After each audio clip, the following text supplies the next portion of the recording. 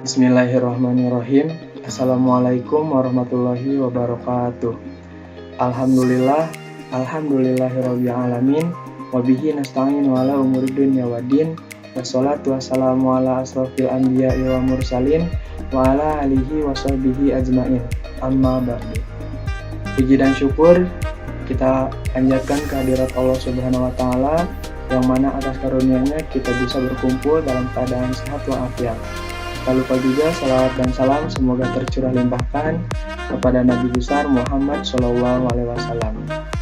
Ibu dosen yang saya hormati dan teman-teman yang saya cintai dan saya banggakan, izinkan saya memperkenalkan diri terlebih dahulu. Nama saya Alfida Sanopa Yuga dan di sini saya ditemani oleh rekan saya Adrina Salsabila. Kami berdua akan memaparkan materi mengenai keberadaan dan hakikat diri manusia sebagai makhluk alamiah dan sosial, lalu kebutuhan dan pola hubungan antar manusia sebagai insan pendidikan atau homo educandum. Adapun subtema yang akan kita bahas, yang pertama, makna hakikat diri manusia sebagai makhluk alamiah, yang kedua, makna hakikat diri manusia sebagai makhluk sosial, yang ketiga, kebutuhan dan pola hubungan antar manusia sebagai insan pendidikan atau homo educandum. Baik, kita langsung masuk ke materi yang pertama, yakni makna hakikat diri manusia sebagai makhluk alamiah dan sosial. Manusia dikatakan sebagai makhluk alamiah karena manusia tidak bisa terlepas dari yang namanya alam. Manusia sangat membutuhkan alam untuk melanjutkan kelangsungan hidupnya. Sebagai contohnya, manusia membutuhkan air, manusia membutuhkan udara untuk bernapas, dan manusia juga membutuhkan makanan yang dihasilkan oleh alam tersebut. Lalu, manusia sebagai makhluk sosial. Manusia disebut makhluk sosial karena manusia memerlukan interaksi dengan manusia lainnya, baik itu di lingkungan kecil seperti lingkungan keluarga, ataupun di lingkungan yang lebih luas, yakni lingkungan masyarakat. Lalu, hakikat diri manusia sebagai makhluk alamiah. Manusia sebagai makhluk alamiah memiliki sifat dan ciri seperti makhluk alamiah lainnya. Di dalam diri manusia terdapat unsur-unsur alam seperti benda mati, tumbuh-tumbuhan, gerak atau insting, nafsu, dan sebagainya. Manusia juga tidak bisa terlepas dari yang namanya alam, terutama yang ada di sekitarnya, sebagai salah satu unsur biotik yang ada di dalam ruang lingkup alam sekitar. Manusia dan alam memiliki hubungan yang sangat erat, terutama dalam proses pertumbuhan dan perkembangan. Manusia sebagai makhluk sosial. Manusia sebagai makhluk sosial memiliki naluri untuk saling tolong-menolong, setia kawan, dan toleransi, serta manusia juga memiliki rasa simpati dan empati terhadap sesama manusia lainnya. Manusia sebagai makhluk sosial tidak pernah bisa hidup sendiri. Dimanapun dan kapanpun, manusia akan selalu membutuhkan bantuan orang lain untuk bertahan hidup, baik itu di lingkungan keluarga ataupun di lingkungan masyarakat. Untuk menjalin hubungan yang baik antara lingkungan keluarga dan lingkungan masyarakat, dibutuhkan juga yang namanya norma, etika, dan sopan santun agar tidak terjadi penyimpangan sosial. Untuk materi selanjutnya akan disampaikan oleh rekan saya Adrinda. Kepadanya saya persilahkan. Terima kasih kepada saudari Alfida yang telah mempersilahkan saya untuk menjelaskan materi terkait kebutuhan dan pola hubungan antar manusia sebagai insan pendidikan atau disebut juga dengan homo educandum. Nah, manusia ini sangat memerlukan pendidikan. Oleh karena itu, manusia tidak bisa terlepas dari yang namanya pendidikan. Nah, kemudian manusia sebagai insan pendidikan atau makhluk pendidikan itu memiliki 3 pengertian. Yang pertama adalah homo educandi also atau makhluk terdidik, kemudian homo educabil atau yang dapat dididik, dan yang terakhir ada homo educandum atau makhluk pendidikan itu. Nah, pendidikan itu ditujukan untuk memanusiakan manusia, artinya ketika dia dilahirkan, dia belum memiliki karakter khusus atau karakter yang ada dalam dirinya, tetapi karakter tersebut akan terbentuk oleh lingkungannya atau didikan dari orang tua dan gurunya. Nah, kemudian memanusiawikan manusia. Artinya dia memiliki rasa atau karakter sebagai manusia halayak umumnya. Nah, nanti akan kita bahas maksudnya apa sih gitu. Nah, di sini ada manusia yang perlu dididik dan mendidik diri. Nah, manusia yang perlu dididik dan mendidik diri ini ditujukan atau diasumsikan perlunya manusia mendapatkan pendidikan dan mendidik dirinya. Nah, ada 3 prinsip. Yang pertama, prinsip historitas, di mana pengertiannya yaitu eksistensinya manusia tidak lain atau tidak bukan untuk menjadi manusia itu sendiri.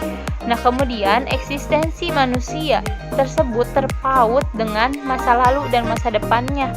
Artinya kita tidak bisa melepaskan masa lalu kita dan masa depannya, meskipun kita harus berpandangan ke depan juga. Nah, artinya dengan demikian manusia sedang dalam proses perjalanan yang dimana dia sedang mengembangkan dirinya sendiri, dan di situ manusia diartikan tidak akan ada habisnya dengan yang namanya pendidikan. Sampai nenek sampai kakek kita juga harus yang namanya mencari ilmu gitu. Nah, kemudian yang namanya prinsip idealitas. Nah, prinsip idealitas dari kata idealitas, di mana ideal itu harus dengan semestinya ideal, namanya juga eksistensinya manusia mengemban tugas untuk menjadi manusia yang ideal. Sosok manusia ideal itu digambarkan sebagai manusia yang dicita-citakan atau yang seharusnya gitu. Nah, sebab itu sosok manusia ideal itu terwujud atau tercipta karena diupayakan dan diwujudkan oleh dirinya atau dengan sekitarnya. Nah, ada prinsip posibilitas atau aktualitas. Di sini prinsip posibilitas atau aktualitas diartikan sebagai possible ya, possible, mungkin atau tidak mungkinnya. Nah, di dalam sebuah cerita singkat ada dari saya sebutkan di sini ada Enroth. Nah, dia melaporkan bahwa sampai sekitar tahun 76 nih, para entolog atau para pakar gitu menyebutkan ada 60 anak dipelihara oleh 60 anak dipelihara oleh hewan buas gitu.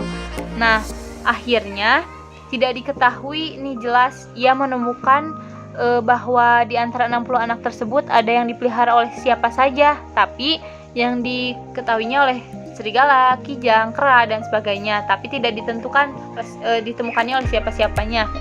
Nah, kemudian pada singkat ceritanya karena manusia itu ditemukan oleh hewan, dia dididik oleh hewan dan menghasilkanlah manusia itu tidak seperti hal layak manusia yang biasanya, tetapi dia berbicara seperti hewan, tidak seperti kita.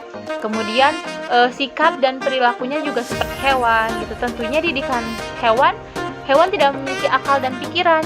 Nah, mungkin mereka juga tercipta dia memiliki akal dan pikiran, tetapi tidak diwujudkan atau dibentuk oleh lingkungannya karena dia tidak tahu apa itu akal, pikiran yang seharusnya dia miliki, kemudian etika dan perilaku yang dia miliki seharusnya apa sih gitu, karena memang dididiknya oleh hewan gitu.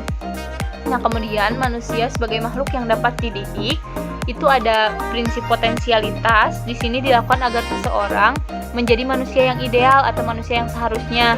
Nah, kemudian memiliki potensi seperti potensi beriman dan bertakwa kepada Tuhan, memiliki rasa karsa dan karya dan menciptakan karya, intinya memiliki potensi tertentu. Kemudian ada prinsip dinamika.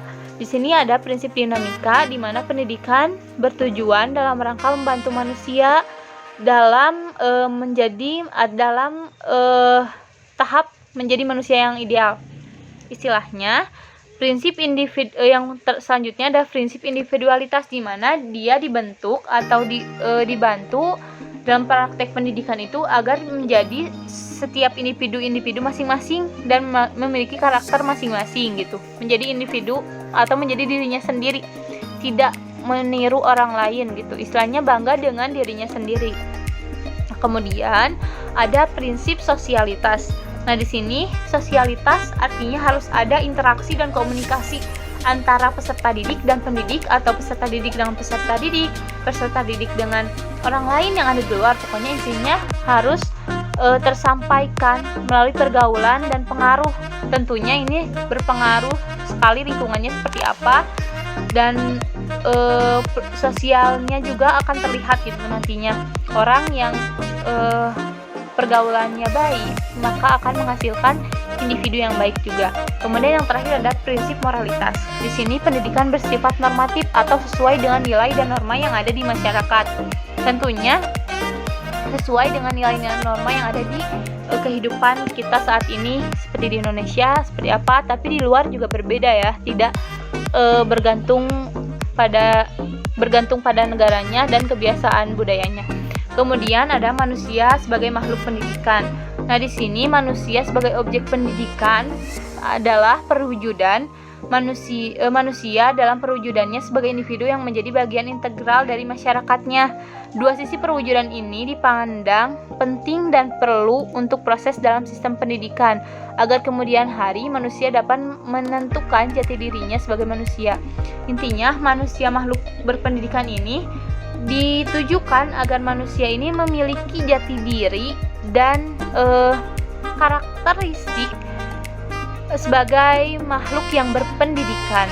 Intinya seperti itu secara singkat. Terima kasih, saya kembalikan kepada Alfida. Baik, terima kasih kepada Adrinda yang telah menyampaikan materinya. Lalu sekarang kita masuk ke kesimpulan. Kesimpulan yang pertama, manusia sebagai makhluk alamiah membutuhkan alam untuk bertahan hidup. Lalu manusia sebagai makhluk sosial tidak bisa hidup sendiri dan senantiasa akan selalu membutuhkan manusia yang lainnya. Yang ketiga, manusia adalah makhluk yang berpendidikan yang mana dapat dididik dan mendidik dirinya sendiri. Lalu yang keempat, manusia akan terus mendidik dirinya bagai dalam perjalanan yang tidak akan ada ujungnya. Mungkin hanya sekian yang dapat saya dan Adrinda sampaikan. Mohon maaf apabila terdapat kekurangan dalam penyampaian. Wabillahi taufiq wal hidayah. Wassalamualaikum warahmatullahi wabarakatuh.